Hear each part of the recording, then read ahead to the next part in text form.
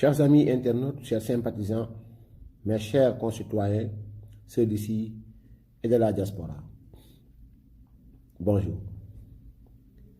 Nous autres qui aspirons à diriger ce pays, car c'est bien la cause de notre engagement politique, devrions gagner davantage en sérénité et endosser la responsabilité d'instaurer un climat de paix durable sans laquelle nulle aspiration, aussi noble soit-elle, ne peut s'exprimer valablement.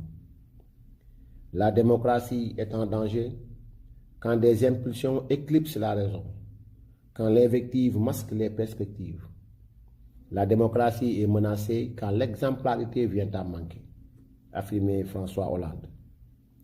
Il ne croyait pas si bien dire, car il ressort de la lecture des événements du mois de février de l'année passée dont nous subissons encore les contre-coups au rythme des polémiques fumeuses et sonores qui infestent les réseaux sociaux, que l'histoire Ousmane Sonko Adji Sarr est bien partie pour marquer durablement le landerneau politico-social de notre fragile Sénégal.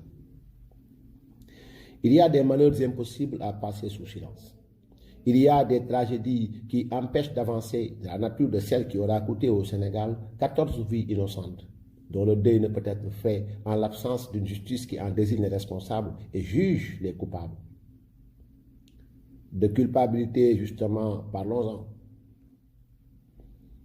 Je ne puis comprendre que Ousmane Sonko, seul, se dresse contre un peuple et ses institutions, pour soi-disant défendre son honneur dans la rue, pour une affaire de mœurs dont il a posé personnellement et individuellement les actes, par une sombre nuit de couvre-feu. Il doit savoir qu'accuser la justice d'être le bras armé d'un pouvoir déterminé à l'éliminer du champ politique, c'est effectivement nier que les institutions sont la garantie du gouvernement d'un peuple libre contre la corruption des mœurs et la garantie du peuple et des citoyens contre la corruption du gouvernement, comme l'affirmait Saint-Just. Traiter l'institution judiciaire d'être partiale bien avant que d'avoir fait face aux accusations dont on fait l'objet revient à prédire la suite de ce procès inéluctable face à Adji Sarr. Et cela constitue un appel à l'insurrection.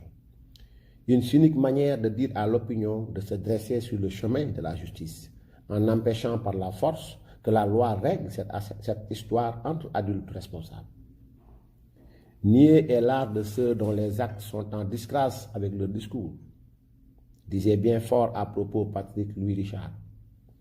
Ousmane Sonko ne peut prêcher l'exemplarité, jeter l'anathème sur tout le monde et se proclamer seul homme politique propre et ensuite, comme si de rien n'était, par une de ces entourloupes dont il a le secret, tenter de se tirer d'une galère dont il est l'unique et seul responsable, en développant une théorie du complot qui le fait plonger dans un délire paranoïaque inquiétant. Henri Beck disait qu'il y a des engagements si sérieux qu'un homme perd son honneur à ne pas les remplir. Ousmane Sonko devrait avoir soif de justice pour laver son honneur bafoué, si tel est le cas. Pour ce, dans l'intimité de sa conscience, il doit avoir du cœur, pour paraphraser la fameuse tournure de Don Dieng. Car être courageux dans l'isolement, sans témoin, sans l'assentiment des autres, face à face avec soi-même, cela requiert une grande fierté et beaucoup de force.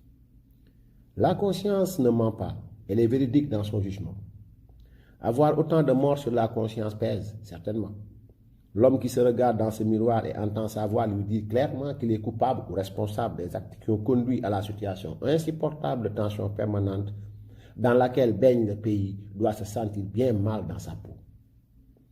Ousmane Sonko a beau feindre et dissimuler, nier et jeter la faute sur le régime du président Macky Sall, quand bien même il a convaincu une bonne partie de l'opinion que le monde politique, à l'instar de la forêt tropicale, se nourrit de ses propres déchets.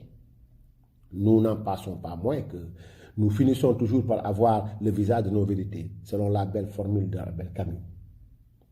La vérité surgira dans cette affaire qui nous prend tous en otage. Les actes qui en sont à l'origine sont subrepticement passés sous silence et les mots ont pris leur place. De toutes parts se dressent des réquisitoires qui vouent au Gémeni Adji Sarr et conduisent à l'échafaud Mamour Diallo. Soyons clairs, je ne condamne ni ne dédouane personne. Ce n'est ni mon rôle ni ma fonction. Mais ma posture d'acteur politique est même mieux. Mon statut de simple citoyen qui a pleuré les morts évitables de cette affaire m'oblige, autant qu'à tout le monde, d'appeler à cesser les polémiques futiles et de promettre l'enfer à nos concitoyens.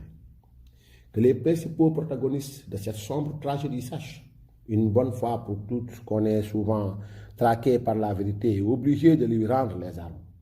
Cette vérité ne peut être celle de Ousmane Sonko. Elle ne sera pas celle de Adji Sarr, ni de Mamour Diallo, encore moins celle de Macky Sall. Ce sera celle que sanctionnera le verdict du juge.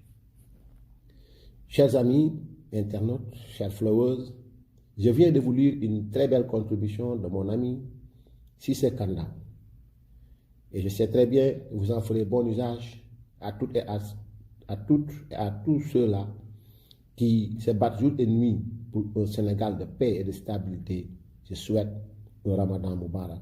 Merci.